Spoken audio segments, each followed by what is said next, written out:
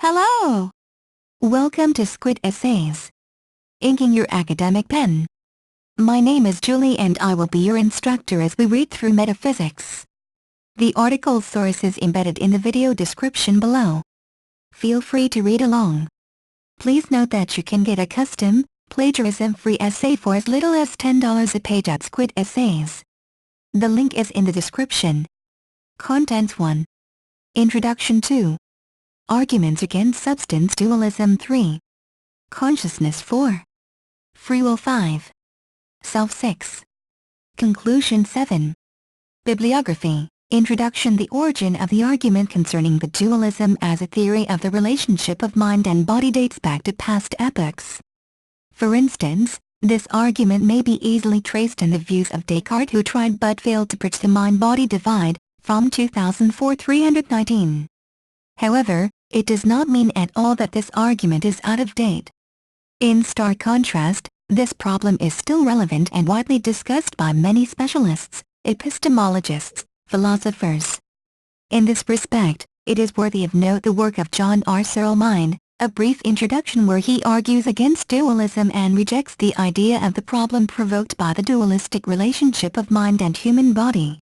Nonetheless, it is necessary to critically evaluate his ideas and views in order to clearly define whether his theory is trustworthy or probably it is just another attempt to bridge mind-body divide that eventually failed.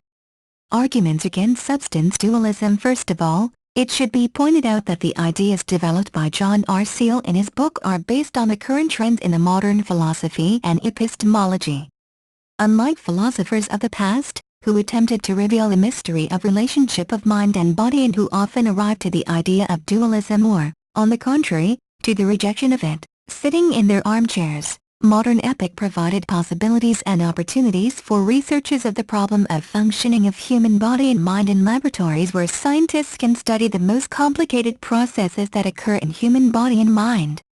Nowadays, researchers of the problem of dualism can use a combination of psychology, physiology and biology to better understand the functioning of human body and human mind, and what is more, they really have more opportunities to scientifically find out how human thought is actually produced and whether it is possible or, to put it more precisely, should human mind and human body be juxtaposed in the relationship of dualism. Not surprisingly that in such a situation, new theories and new arguments appear that underline that there is no dualism at all and human mind and body functions as a solid and united entity. For instance, John R. Searle in his work Mind, a brief introduction, he argues about dualism and focuses on the three main problems of the philosophy of mind: consciousness, free will, and self. It should be said that Searle is a realist, philosopher and analytic. He recognizes that there is not only a real material world but that human beings are capable to say true things about it. In his work, he attempts to discredit the myth about dualism by means of providing spook-free explanations of the major quandaries mentioned above, that is consciousness, free will, and self, which leave no room for dualism in the relationship of mind and body. Basically, he stands on the ground that though is rather a product of the functioning of human mind as an in all senses inseparable part of body. Consciousness. Traditionally, consciousness was perceived as something absolutely unique and different from the rest of human body and its organs. However, Searle is very skeptical about this belief and, unlike many philosophers of the past, he believes that consciousness is not totally different, but, instead, is produced from the same materials as everything else. To put it more precisely, he argues that consciousness is built up by physical microparticles of various types, though he recognizes its unique character. According to him, dualism posits immaterial spirits such as souls, selves and thoughts with a preposterous ability to initiate bodily actions, movement of an arm for instance, and survive physical death. But Searle, being a materialist, argues that it is possible to reduce the mind to a computer executing built-in programs, eliminating consciousness altogether, though he obviously agrees that this statement is a bit too radical. Nevertheless, Searle states that all forms of consciousness are caused by the behavior of neurons and are realized in the brain system, which is itself composed of neurons, 2004 210, but, at the same time, he cannot help from emphasizing certain uniqueness of mind, saying that conscious state, with their subjective, first-person ontology, are real phenomena in the real world, 2004 211. In such a way, he agrees that consciousness is rather subjective, but at this point it is possible to argue that this view is quite controversial and dualistic in nature, because he suggests that human mind and consciousness are subjective products of objectively existing world. Further, he attempts to explain this paradox, stating that conscious states have absolutely no life of their own, independent from neurobiology, but it is just a return to the view of human mind and consciousness as a sort of computer with built-in programs. Eventually, he concludes his reflection on consciousness by the idea that there are no two different metaphysical realms in your skull, one physical and one mental. Rather, there are just processes going on in your brain, and some of them are conscious experience. 2004-228. However, Searle's criticism of dualism and his biological naturalism, as he calls his solution, are quite arguable. In this respect, it should be said that Searle claims that consciousness is a subjective, first-person, qualitative second order of neuronal activity, produced by but different from its generative materials. He emphasizes that absolutely everything else in the world is third-person, but consciousness is unique because it cannot be observed by anybody else but an individual himself. At the same time, he does not really precise what the first person consists of in the third-person world. As a result, his drive to objectivity and materialism are overshadowed by his first-person subjectivity that naturally engenders dualism he so eagerly denies. Free will. Speaking about free will, Searle also tends to materialize it and eliminate any possibility to mystify it and to present as an argument in favor of dualism. To put it more precisely, he states that all of our psychological states without exception at any given instant are entirely determined by the state of the brain at that instant, 2004-276, and, taking into consideration his views on brain mentioned above, it is possible to conclude that human psychological states is also viewed from a purely materialistic point of view that leaves no room for dualism of the relationship of mind and body. On the other hand, he introduces a term psychological freedom.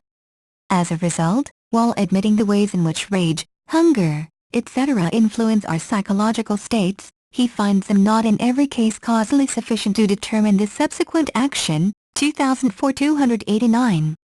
And again, his arguments are not very persuasive, and what is more, they are again contradictory, as it was in the case of consciousness. In fact, such a position is so vague and metaphysical as to appear pointless, since further he admits that the neurobiology is at any instant sufficient to fix the total state of psychology at that instant, 2004-291. Moreover, he eventually states that we really do not know how free will exists in the brain, if it exists at all, and how it can possibly work, 2004-302. In such a way, Searle does not really examine the concept of free will, but instead he suggests nonsensical and self-contradicting arguments concerning whether this concept exists or not. Thus, at this point he has practically nothing to contradict to the supporters of the idea of dualism because of the lack of persuasive argument concerning the concept of free will. So finally, Searle's reflections concerning self in his criticism of dualism between mind and body, which existence he criticized so much, are not less persuasive and are characterized by internal contradictions. It should be said that the self for him turns out to be much the same as our everyday banal conception, a sense that there is a continuing I behind our consciousness, Russell 2005-174. In fact, speaking about the self, he concludes that there is a formal or logical requirement that we postulate a self as something in addition to our experiences in order that we can make sense of the character of our experience, 2004-362.